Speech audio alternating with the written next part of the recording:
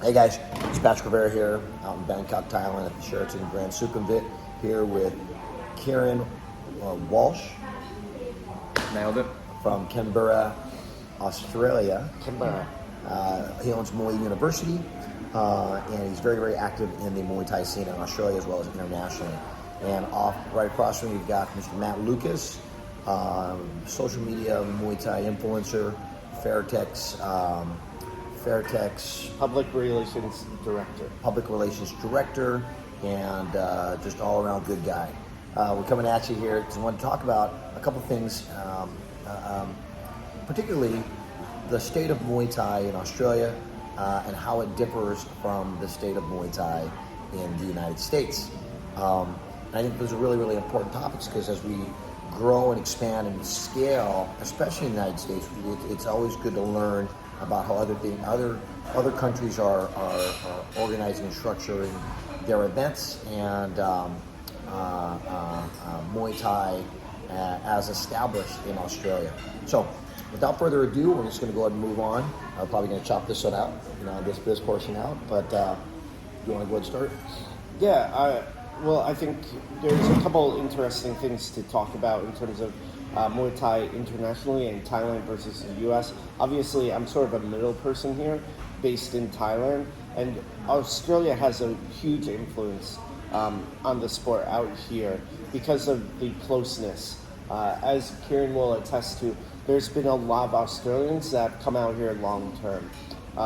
Don Miller, Darren Riddler-Reese, of course, John Wayne Parr. Most Australians have come over for extended periods of time. Kieran, you've done like 6+ months at a time, and you are out here now every 3 to 4 months, correct? Yeah, I think the beauty of being close to Thailand, especially through, I would come in 6-week intervals sometimes because it's easy. It's so easy to travel. It's 9 hours, but now we're in a position whereby there are a lot of gyms that have upwards of 2, 3, or even 4 trainers. SRG in Sydney is a great example of that, and it's very much the case of the talent and the skill and the depth of what we have nationally and locally means that for a lot of fighters, they don't even have to train or travel to Thailand to have that experience. And Matt, that's something that you and I have spoken of before, whereby we've had that culture through the 90s and 2000s and the 10s where everyone was coming over to Thailand, trainers were coming to Australia, and now you can really see it in the skill level and the knowledge level across the gyms and the trainers, even at an amateur level, watching amateur fights now. I had my first fight in like 2006, maybe 2005, and I look at some of the amateurs now, 1 or 2 or 3 fight amateurs, and I think I'm so glad there wasn't this skill level back then because I would have been bashed, like quite frankly. So it's the depth and the level that we have now is incredible because of that. I think this is something Patrick will attest to, but the amount of Thai trainers in the States is not nearly as much as one city in Australia. Like, you have the Fairtex guys, Joksanan, Ganyal, Boomgurt, and a handful of other Thais, and that's in the entire country. Right. And then again, 330 million people around the United States, and it's just so geographically spread out. Whereas, Australia, it's highly concentrated in Melbourne, Sydney, and Queensland, right? The majority of Muay Thai. Where in the United States, we've got the majority. Of course, we have Fairtex, the Fairtex lineage of the San Francisco Bay Area.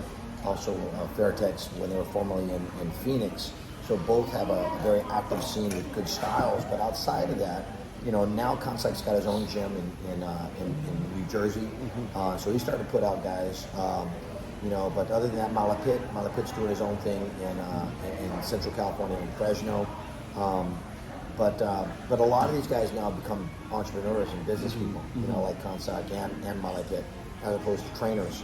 And so, one of the key things, and I've hired Thai trainers before, at least in the United States, and it's been kind of challenging in regards to trying to take care of them, right? So, one, it's harder to get visas for Thai trainers to go to the United States. But two, how are the gyms out there managing the care of them, because a lot of, I hate to sound like that, but Yeah, absolutely. it's it's like taking care of a kid, right? For sure. You know? It's not without its difficulties. I think the gyms that do it the best have multiple trainers, and the way that the visa system works in Australia is it's very easy. Obviously, the cost factor is different too, being a lot closer than it is to the States. Right. And so it's not hard to just bring a trainer over for 3 months. Yep. As a quote unquote test. Yep. And if they work out, they do, and if they don't, they don't. You send them home. Yep. Very much like you could with any other employee, right? And so, whilst there may be an initial upfront cost of having to book a return flight, whatever form they're accommodated in, many trainers will just come out on that provision of only being here for 3 months. And luckily, on the flip side of it, we have Aussies based out here in Thailand, guys like Tim Fisher at Revolution, etc., who facilitate trainers coming over to the country. They'll almost act like a middleman of collecting and finding some of these trainers and screening them and saying, okay, yeah, that's good or that's good, if for whatever reason you don't have the connection yourself. Is it getting a finder's fee? Yeah, there is a business related component. Sure. I mean, I look at it a bit like in Australia we would call it a labour hire company, like a recruitment Absolutely. firm. Yeah, I look at it the same way, Yes, and yep. obviously it's not mainstream in the Thai boxing industry, but I do look at it the same way. And doing something like that does give you that extra level of security of if they don't work out. Yep. I think it's difficult for the gyms that haven't been a part as much of quote unquote Thai culture and learn what the trainers are like and their behaviour, and we would call them, I would refer to them as homebodies. They very quickly and easily miss Thailand. And That's like 3 months is perfect. being able to know and manage those things is important. Sometimes they can get caught out when they're gym owners who don't quite understand these little intricate bits. Yeah, right. There's no some-tum, basically. Right. And the trainers switch off Yeah. and la la la la la. So One of the huge headaches that I had when I took Stamp for 2 weeks to the States, we're there for 3 days. Our third day there, I'm like, we're in America. I don't want to eat Thai food. Third day there, she's like, I want some tum. I want some tum. I'm like, bro, I've never seen you eat some tum in Thailand. Yeah. She's like, some tum. And then, of course, we go somewhere to get some tum, and it's terrible. Yeah. Right. I was like, bro, you see, this is not, it's not the Sometime same. where'd you go? Chicago? No, we were in like San Jose, right outside of Anskim, and it was like some Chinese, like international, Asian food, and they were like, "Oh yeah, we have some tum," and it was super bad. It was good Thai terrible. restaurants in San Jose, though. Yeah, but That's interesting. Yeah, right. I mean, I Right, that's that's one your of those point. things though that like the Thais really care about the food. Right. I think having multiple trainers there helps a lot. And Australia is Australia was built on being a multicultural country, and cities like Sydney and Melbourne especially, you take Sydney for example and you go to Thai town and there are Thais everywhere. They're not that far removed from home in respect of if they have plenty of Thais around them. A place like where I'm from, Canberra, obviously the community is going to be much small. It's made up more so of Lao and Canberra. You go to the like my local temple and they're Lao or Cambodian, and they're all a bit of a mix. But some of the bigger cities like Sydney has Thai town, which is great. You can go there on a Friday and Saturday night and it's just pumping full of Thais. You go to Melbourne. Melbourne recently just had a really big, they're about to have a big Thai music festival. Like there's a big community there as well. So at the very least, there's that there too. Yeah, that's a huge advantage for you guys, just being so close to Thailand. That makes total sense. Again, we talked about it. It's like Brazilians, in jiu-jitsu and the United States. It's so easy for us to get on to Brazil. And vice versa. It's interesting that Brazilians easily get visas. I'm like, I don't know why it's so hard to get visas for bringing in Thais. One thing that I'm interested in, Patrick, I guess, is looking at Australia and what's come out of it. What do you think Americans can learn from the Australian Muay Thai scene, and vice versa? I'd want to ask Kieran, what do you think, Australia can learn from the American Muay Thai scene? So I think that the big thing is just kind of looking at the infrastructure on pros. Like with the United States, we have this massive amateur, just because of the way that the sanctioning bodies are, and just because of the commissions, the state commissions are, and the various sanctioning bodies, and all these different moving pieces. It's just it's really hard to create a really solid pro scene. Right? And it's very, very hard to keep fighters active. And what we're seeing is, like in Australia and the UK, is you guys have kind of the opposite. You guys have a huge pro scene, but a very, very small amateur scene. And one of the things that we talked about is, how much pros in the United States are asking for versus what the expectation is for pros in Australia. How much is a starting pro making? In Australia, Yeah. I mean, it can be nothing. It can be $100 around, $100 as we would say. Yeah. It's. I mean, even the top purses are not what you would consider, quote unquote, good money. Right. And then that's the interesting thing is, whereas everyone over there now. Tell me about your amateur scene. Before I get into that, tell us about your amateur scene. Is there an amateur scene? I think the difference when we speak of amateur Muay Thai versus the States, and I've been lucky enough now to go over to the States a few times, what I've noticed is in Australia, you are an amateur for 1 year, 2 years. Like you are not an amateur for long, and then you turn quote unquote pro. But for a long time, and I mean ever since I started training 20 odd years ago, there never really has been, it was hard to draw the line between amateur and pro. Mm-hmm. You take boxing, for example, it's very easy to draw a line. But for a long time in Muay Thai, it's like, well, how do we decide who's an amateur and who's a pro? The certain states and certain government, much like in the States, started to take control of combat sports, boxing, MMA, etc. And then it was state by state a definition of amateur or pro.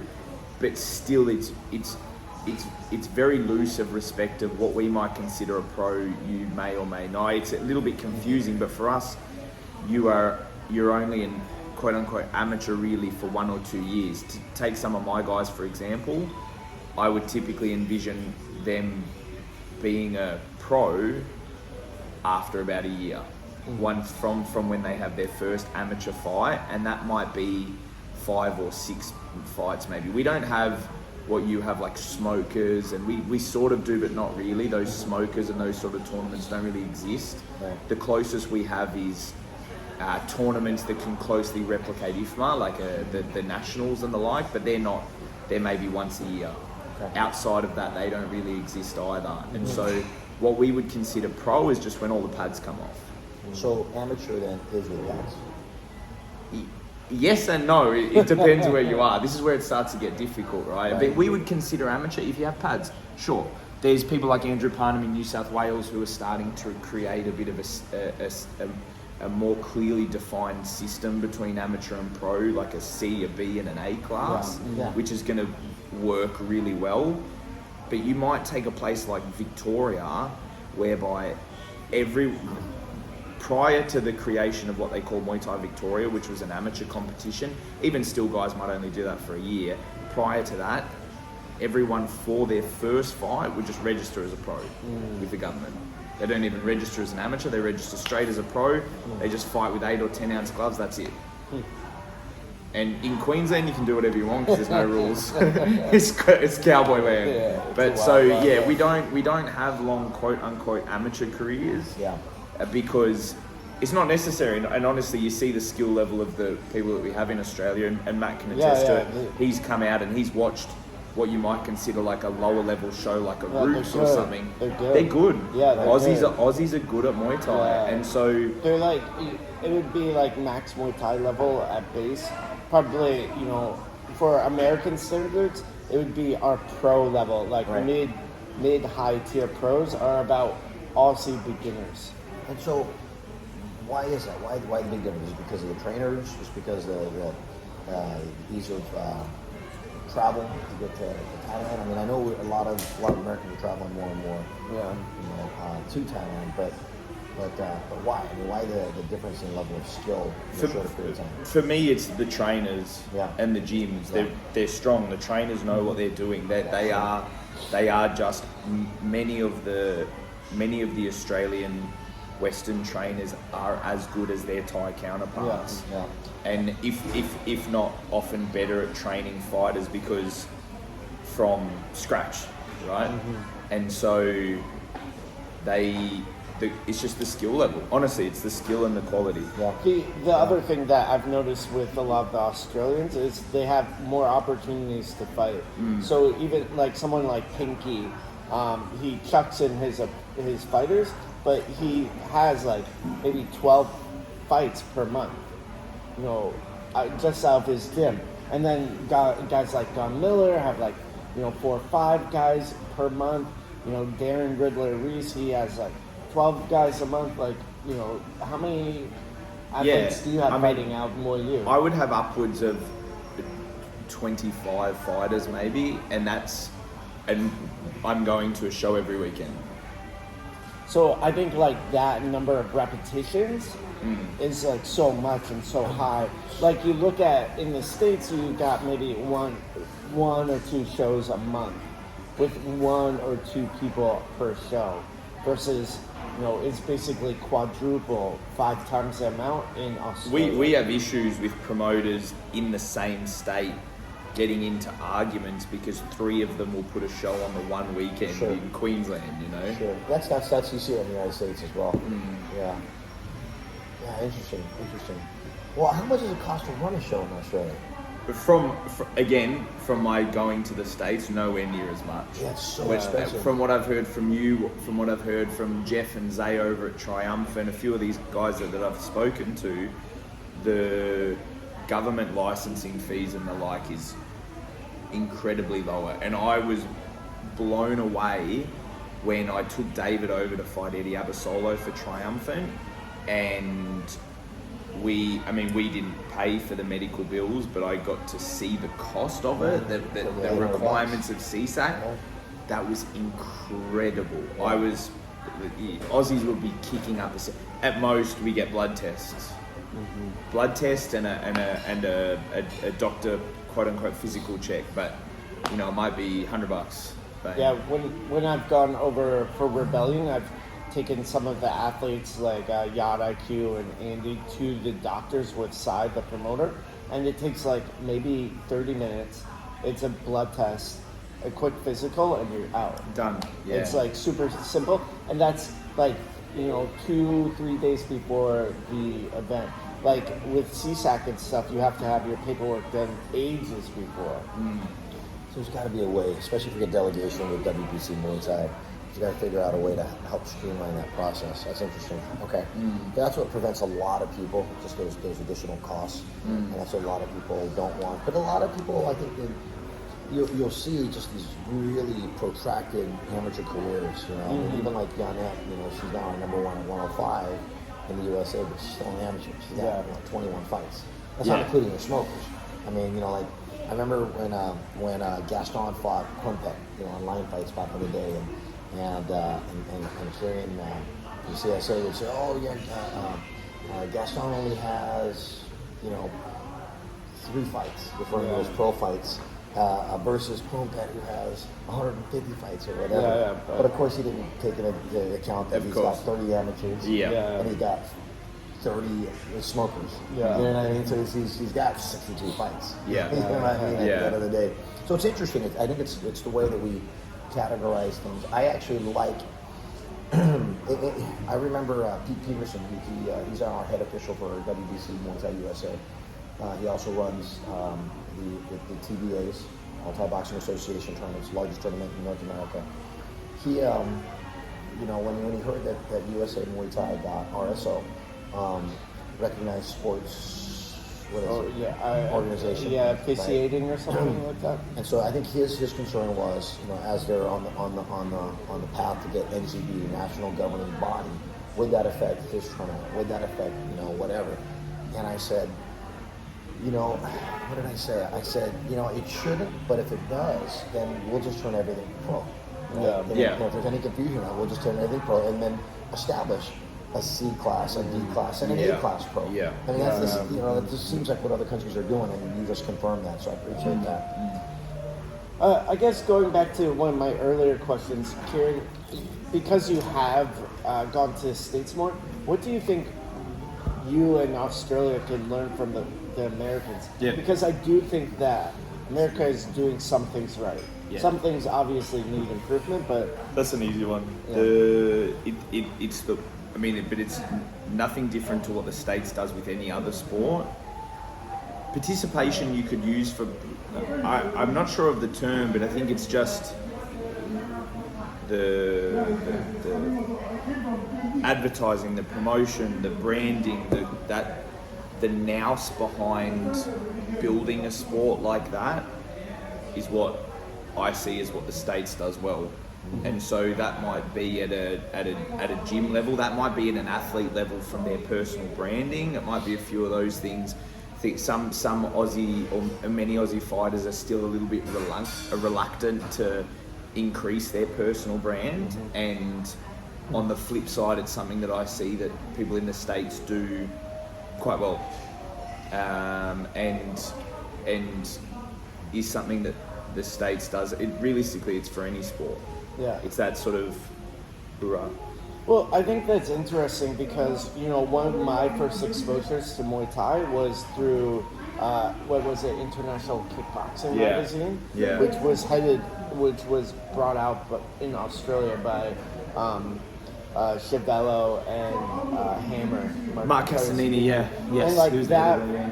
I think those guys really pushed the sport. They were great, man. I've still got them on the table at the gym. yeah, We got a whole yeah. stack of them. So it's interesting that you say that. I also feel like, there's a few bright lights in America, but I still feel like the majority of athletes are not doing it. There's like Eddie Albasolo and Jackie Boonton, but they're, in the same way, there's, Gabriella out of your gym, some other more famous, John Wayne Parr, Jazzy, maybe Rocky Ogden. But I don't think the majority of athletes in both countries are doing that much. I think that part of the American culture will be quicker to improve than the Australians will, though. So that's the part where it's different. It's not whether or not it's established. For me, it's the rate at which they will be able to do it. Because of the culture of how I see Americans go about just sport in general and the promotion of sport in general. It's not necessarily are they there yet, but the speed at which they can get there and they can develop and grow that part. That's what I see as the main thing. And you couple that with what I see with things like what you're doing, Pat, with youth participation. When you take those two sort of things and you look 10 or 15 years down the road, you see a huge opportunity.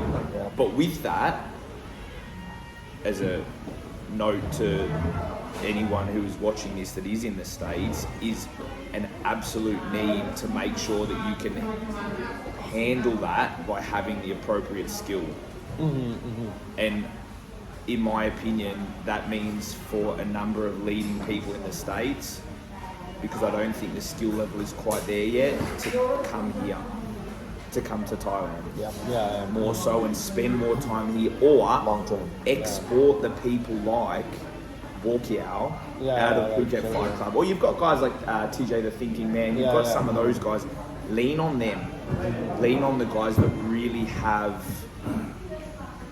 Plus, send more. Because I think you've got to, if you do look 10 and 15 years in the future, and you are going to have, you could have this huge pool of people training and fighting, and look at jiu-jitsu in America now, right? It's everywhere. You could have the same with Muay Thai.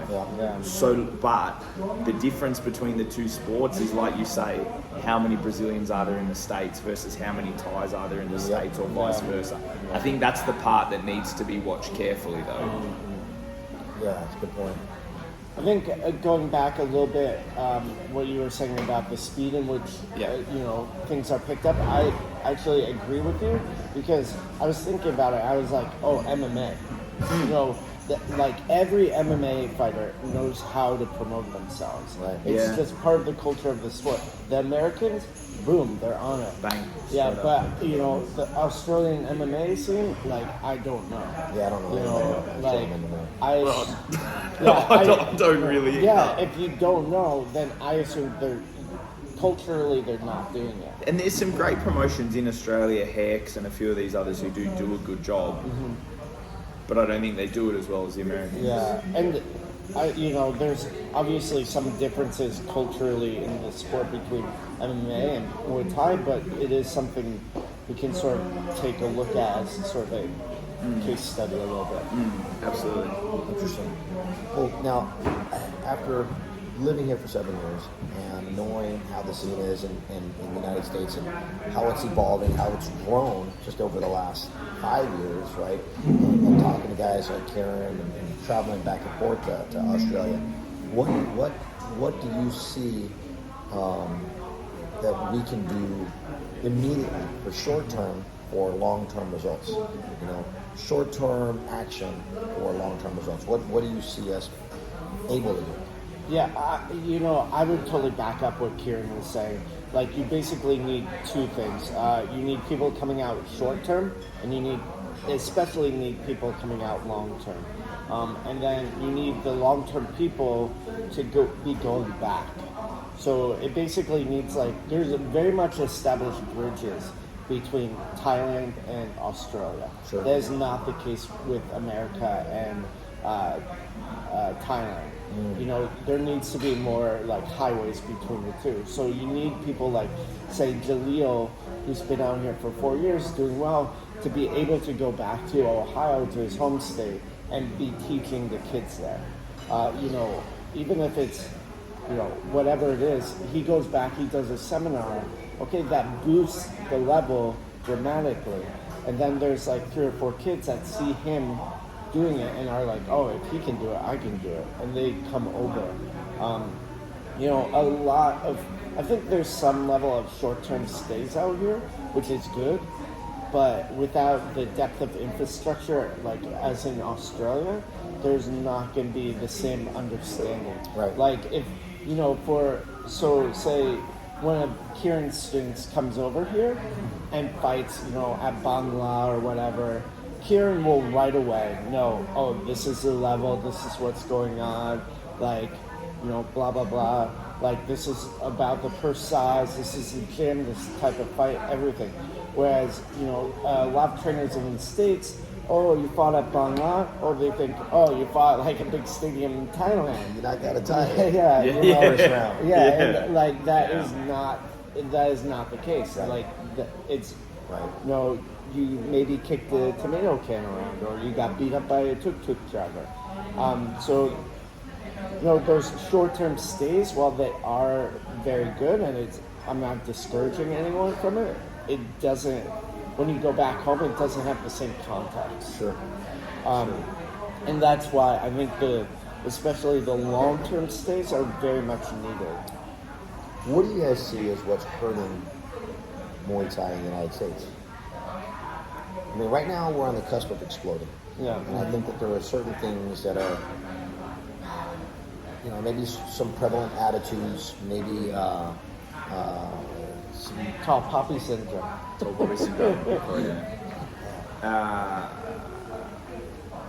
Okay.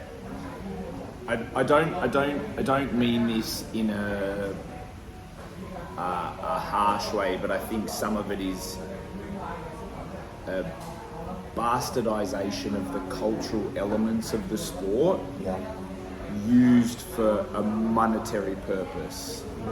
Because for me, Thai boxing is Thai boxing is a very unique sport in that there aren't very many sports in the world that have culture and sport mixed so closely. That is a sport that's recognised by many. You obviously have a lot of different sports from different countries and their culture and the sport is intermixed. But Thai boxing is on an international stage. And there are a lot of elements of culture and sport that are combined. And one thing that I've noticed in traveling a little bit through the US and being exposed to it on social media is just a bit of a bastardization of some of the cultural components for like a financial gain or like I personally, and this is not, I'm not having an attack of anyone, but I personally, I don't like things like a wearing pajet when you train. It doesn't make sense. Or like, you know, different color pajet for a grading for this, like those sort of things I think really hurt the sport, and I don't think people realize it, because when you are, if you came to Australia and you walked into a good Thai boxing gym and you were like, I'm a brown pajet in Muay Thai, or I'm a level 5 in Muay Thai, I'm a black belt in Muay Thai, or any one of these things, they'll look at you like, what? Right. And it creates, for the students, it's not their fault they don't know any better, but it does create an unrealistic version of what Thai boxing actually is.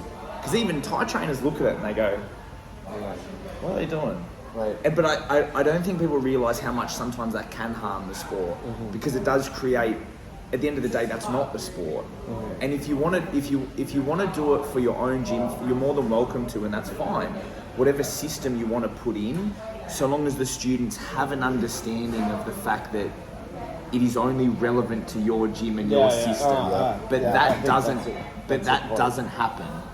And that's, sorry, not that doesn't happen, it doesn't happen enough.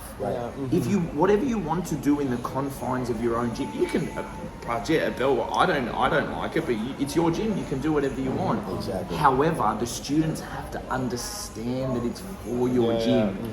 And a lot of the time that's not happening. And you'll get, you get people on social media, I'm a this in Muay Thai, I'm a that in Muay Thai, and Grandmaster Supreme.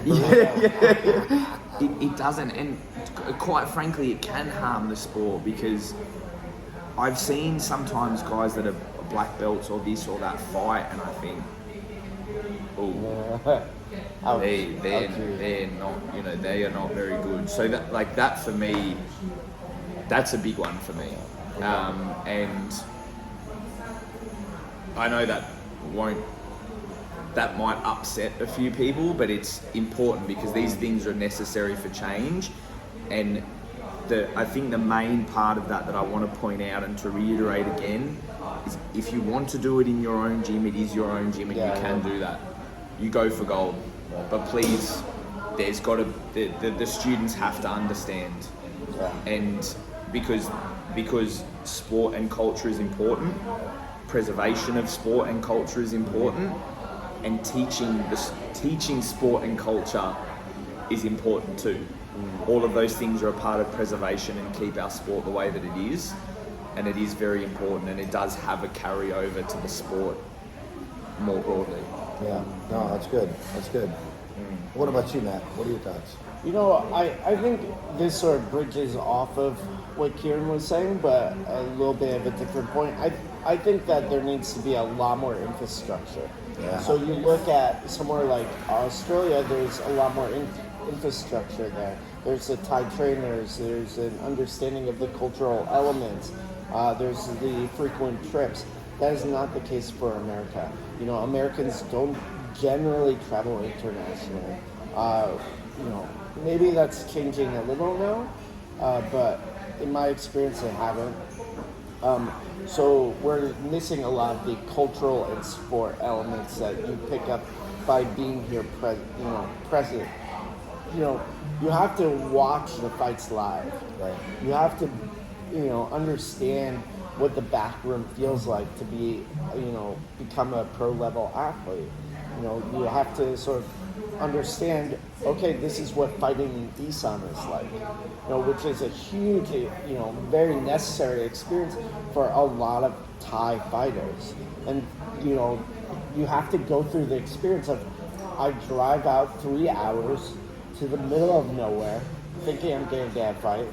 Then maybe I get a fight. Maybe I don't get a fight. Maybe my fight switches spots. Maybe, things happen. Like, maybe I win the fight, but the gamblers influence it, so I lose. Like, you need those experiences make the Thai athletes very resilient.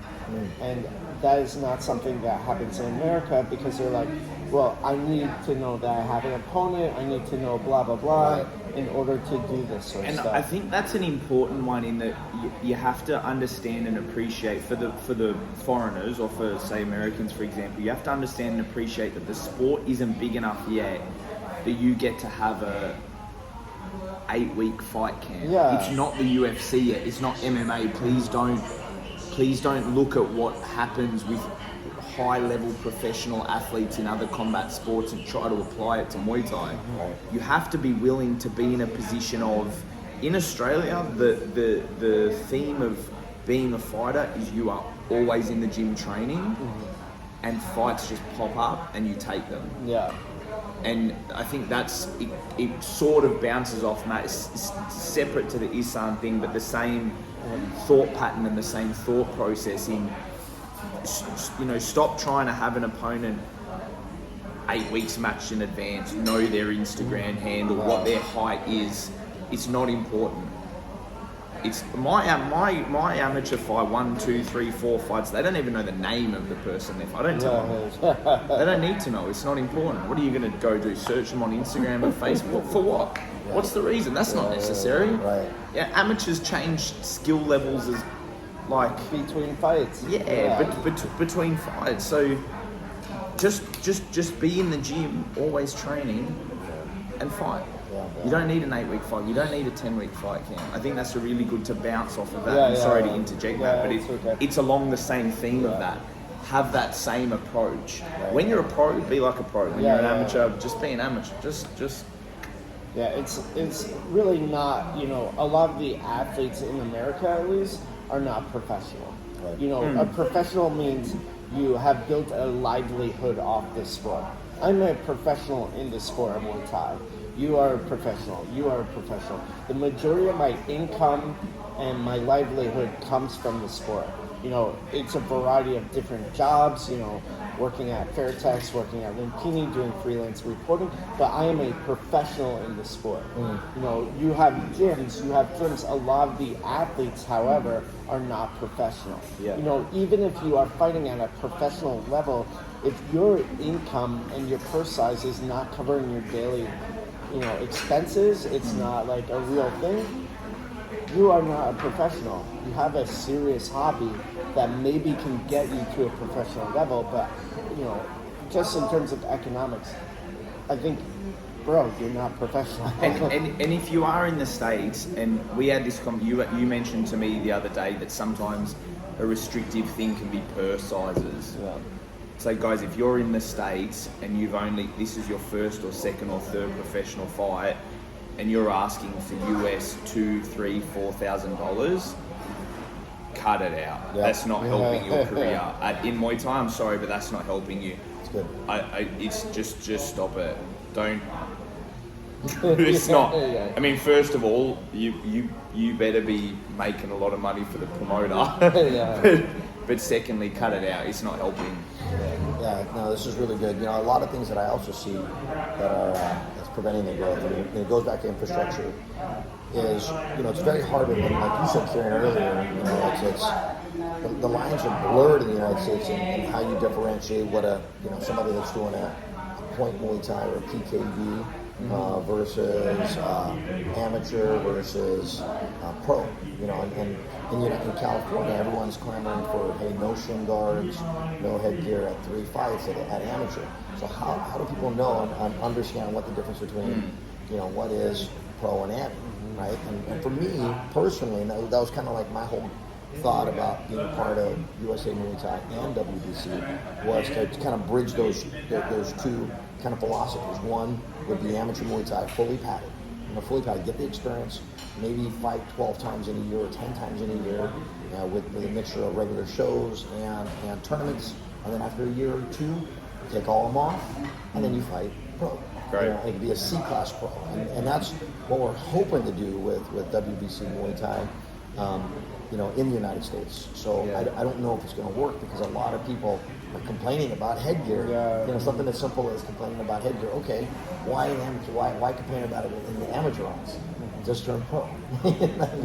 Or just who cares? Just fight. Just fight. Just fight. Who cares? Right. Let's not. You're not. Just come on, guys. Yeah, you're not Michael Jordan, like playing for the Bulls for the World Championship. Yeah, just fight. You're a Pee-wee kid. Headgear, no headgear.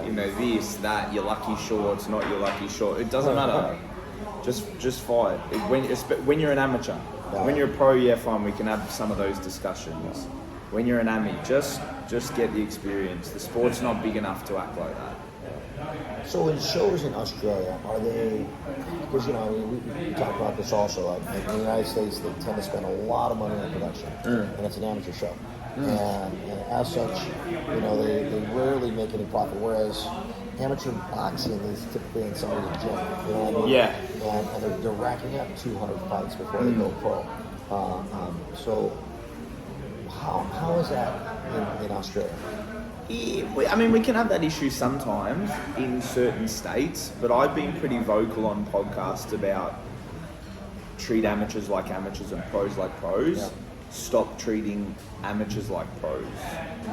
Amateurs don't need fireworks and a ring work and music, and it's absolutely not necessary because at the end of the day, they're just an amateur fighter. What you should be doing is sitting in a basketball stadium on a plastic chair, watching the fight before you, Thai stadium style, waiting for the MC to call your name with no walkout music, and you walk up and you get in the ring and you fight and you get out. And they crank that through in 12 minutes. That is what is needed, because at the end of the day, you have a fight. You're not really a fighter. You just had a fight. If you don't go and play flag football and say you play for the Patriots. You don't. You don't. It doesn't work like that. And the same thing. Treat amateurs like amateurs and pros like pros. Boxing is a great example. Follow boxing. Do it like them. I think and one of the things that happens when you treat amateurs like professionals is they have a very warped view of their abilities, the size of their importance, and everything. Then they start thinking things like, the promoter should be giving me this and that, and blah blah blah. My coach also should be doing this and that for me. I should be pampered, because they're being treated like high level athletes when really you are not. The spectacle is there, but the substance isn't. Yeah, it's so true. That really hurt. That hurts the sport. I think that hurts it a lot. Absolutely. Sport growth. Yeah. I mean, it's interesting because there was a big tournament in California just this weekend, and even though certain organizations are bragging about their numbers for their point system, Muay Thai, that within that same sanctioning body organization, they failed to get anybody to do the full contact side. It's minimal. That's crazy. It's one of those things that it's like bragging about how long you've been around, which has no direct correlation to how good you are. Right. And the same thing happens. It doesn't matter what your participation numbers are like if they're all, if it's shit. At the end of the day, those things and So, let me ask this. So, and this is something I'm really looking to. I'm debating on how to handle this. Right now, what the United States is very belt hungry, trinket driven culture, right? And you'll find a lot of people, they'll get their C-class tournament belt. Maybe they'll have one fight or two fights total, full contact. They get their belt and then they're done. As opposed to working up to something. In Australia, in the UK, do amateurs fight to belts? Not really. No, like there can be. There are certain states where we do have these issues. We're not immune from it, Okay. but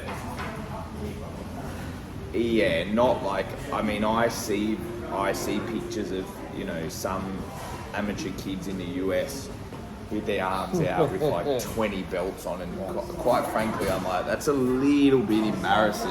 Well, because it's not the belt. It's about as many belts as they have. It's kind of like, well,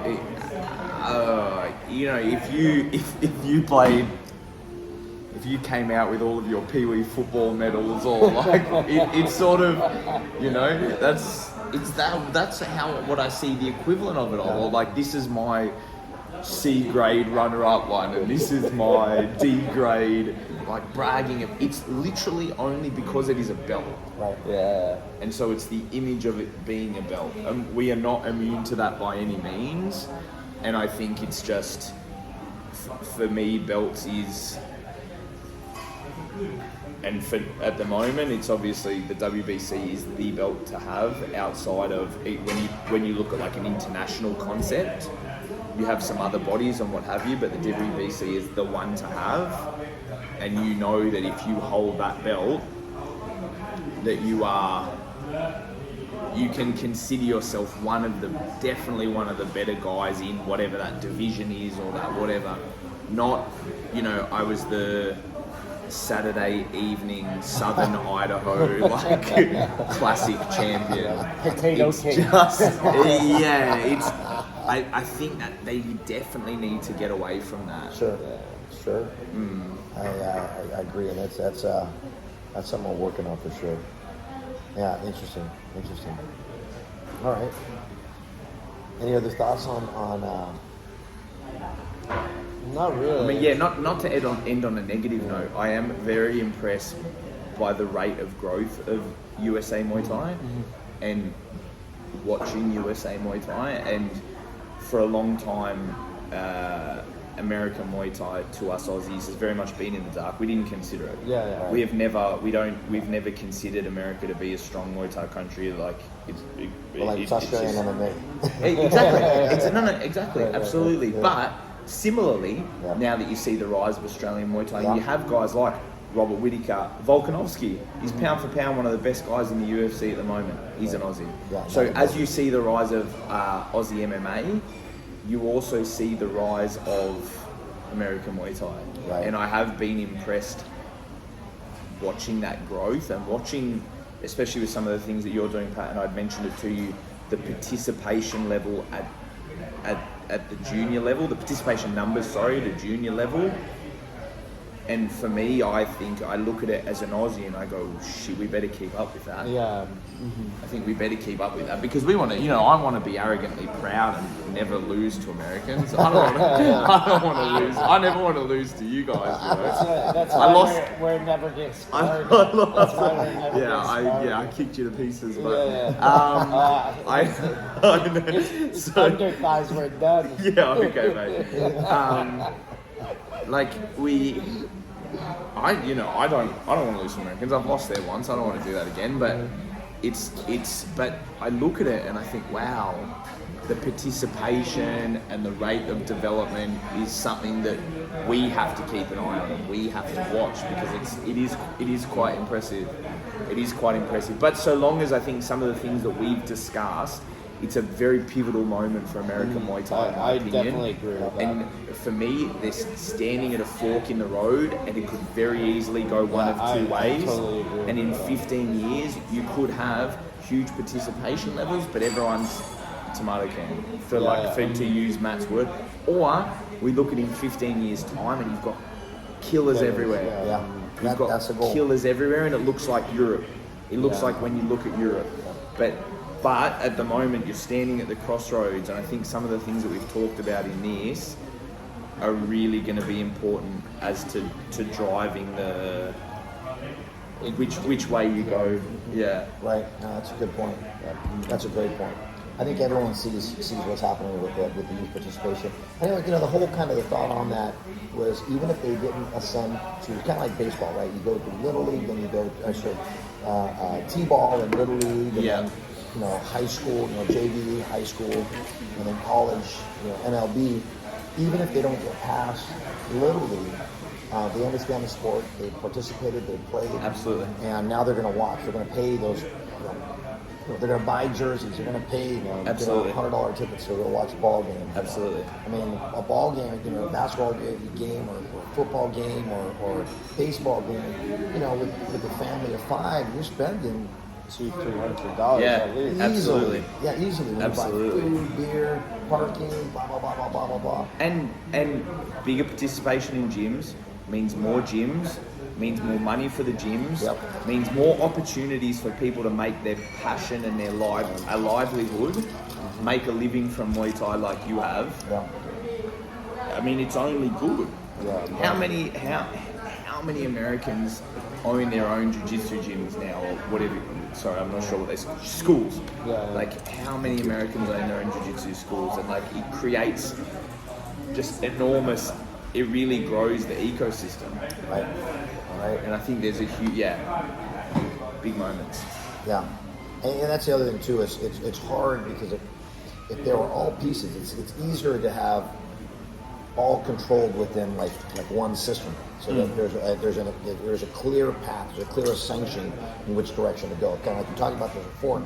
But if everyone's kind of doing all these different things, then people are going to go all over different places. So I think it's just easier to build, you know, that infrastructure to kind of direct everybody to here's where the next step. This is what you do next. This is what you do. This is what you do. And that's what we're hoping to do. That's what we're hoping to do within the next 5, 10, 15, 20 years plus. So awesome. Sounds good. Any last parting words? No, I'm excited for the future of the sport in Australia and then internationally. Like, I think, you know, things like this are very good for the sport. You know, I'm starting to know more Australians, and I feel like because of that, more Australians are starting to learn more about American Muay Thai. You know, so it's good. I think there's a bright future ahead for the sport. Excellent. Very good. At Matt Lucas Muay Thai, At Pat Valor MT, at Kieran Moyu. Very good. All right, guys. Thanks very much. Thank you, Kieran. Thank you, pleasure. Appreciate Thanks, you. man. I appreciate it. Thank you very much. A lot of big things popping, so we appreciate everybody tuning in. We're looking to do big things within the next year and everything moving forward, 2023 and beyond. Muay Thai all the way. Swadika. USA.